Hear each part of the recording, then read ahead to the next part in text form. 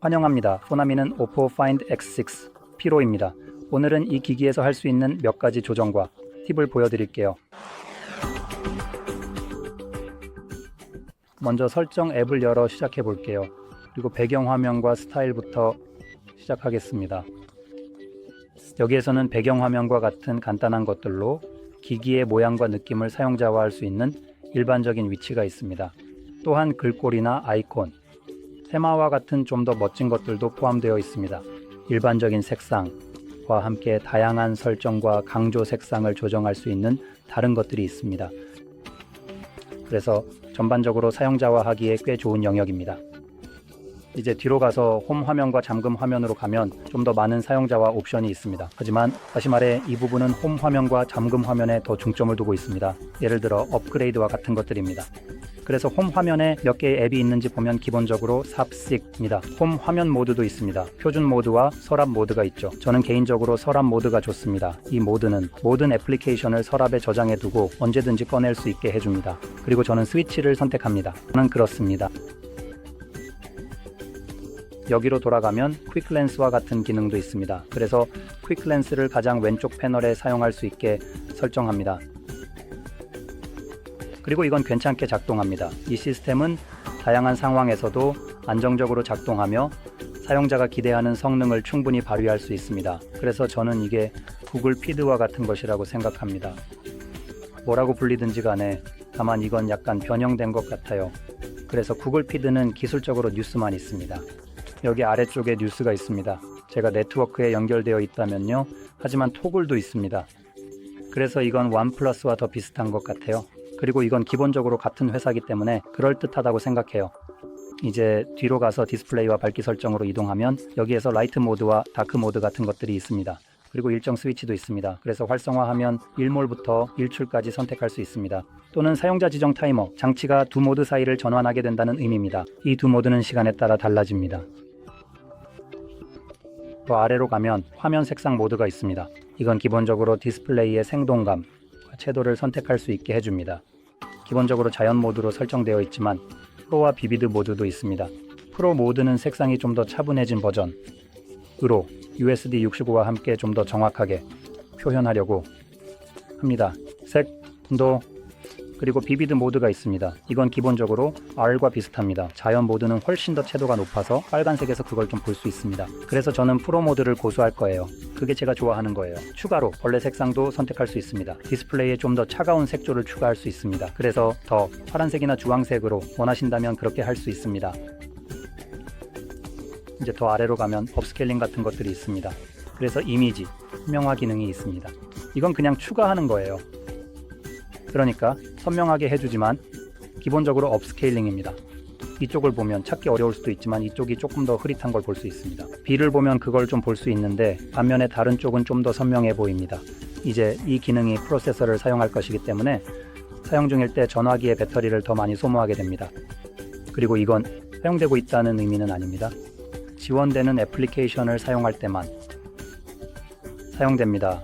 일부 애플리케이션을 로딩 중입니다. 시간, 어쨌든 설치된 애플리케이션이 있다면 그게 바로 거기에 나타날 거예요. 이와 같은 아이디어로 비디오 색상 부스트 기능도 있습니다. 이건 이미지를 더 생동감 있게 만들어줍니다. 그래서 더 밝아지고 그림자가 더 잘 보이게 됩니다. 그래서 노출, 밝기 등을 조정합니다. 다시 말해, 이 기능은 전화기의 배터리를 조금 더 소모할 수 있습니다. 그리고 이건 기본적으로 시도하는 거예요. HDR을 모방하는 거예요. 그러니까 표준 다이나믹 레인지에서 하이 다이나믹 레인지로 전환된다고 말하고 있습니다. 하지만 기억해 두세요. 이건 원래 이런 형식으로 설계되지 않은 것을 변환하려고 하는 것이기 때문에 실제 HDR 콘텐츠만큼 좋지는 않을 거예요. 그리고 우리는 밝은 HDR 비디오 모드가 있습니다. 그래서 HDR에 맞게 디스플레이의 밝기를 높여줍니다. 이제 더 아래로 가면 화면 새로 고침 빈도가 있습니다. 여기 두 가지 모드가 있습니다. 우리는 고급 또는 표준이 있습니다. 그리고 두 가지를 조합한 것 같은데 제가 무슨 말을 하고 있는지 잘 모르겠어요. 제가 알기로 모든 기기가 이걸 가지고 있는 것 같아요. 하지만 이건 기본적으로 두 가지의 조합으로 주어진 순간에 최상의 주사율을 사용하려고 하는 겁니다. 그래서 지금처럼 콘텐츠가 움직일 때는 자동으로 120Hz 주사율로 작동합니다. 하지만 콘텐츠가 움직이지 않을 때, 예를 들어 지금처럼 배터리 수명을 유지하기 위해 주사율을 낮춥니다.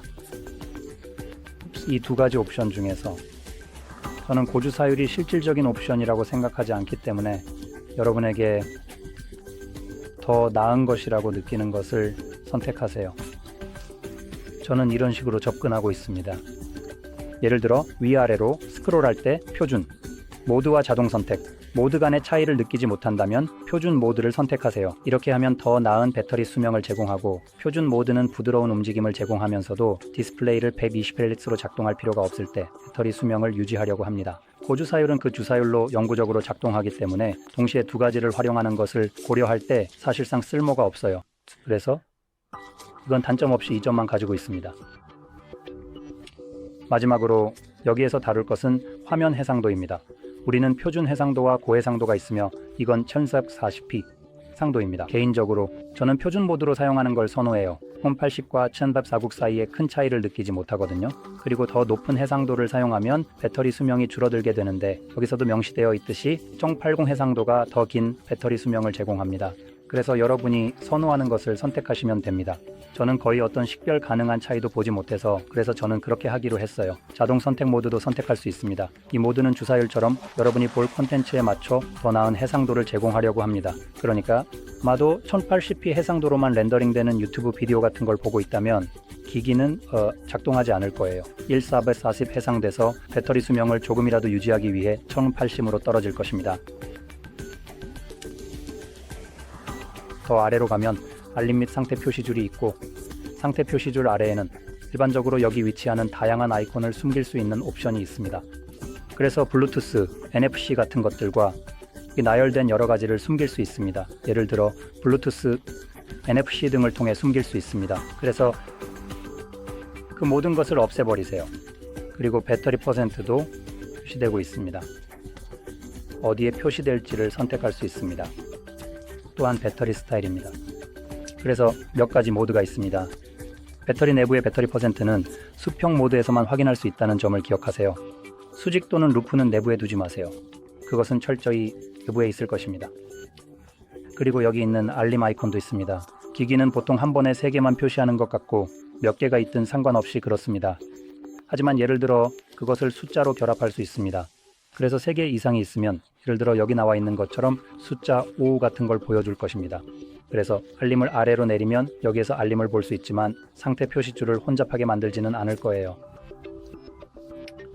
그리고 이제 제가 보여주고 싶은 팁과 트릭들입니다. 그래서 이게 정말 도움이 되었다면 좋아요를 누르고 구독하는 거 잊지 마세요.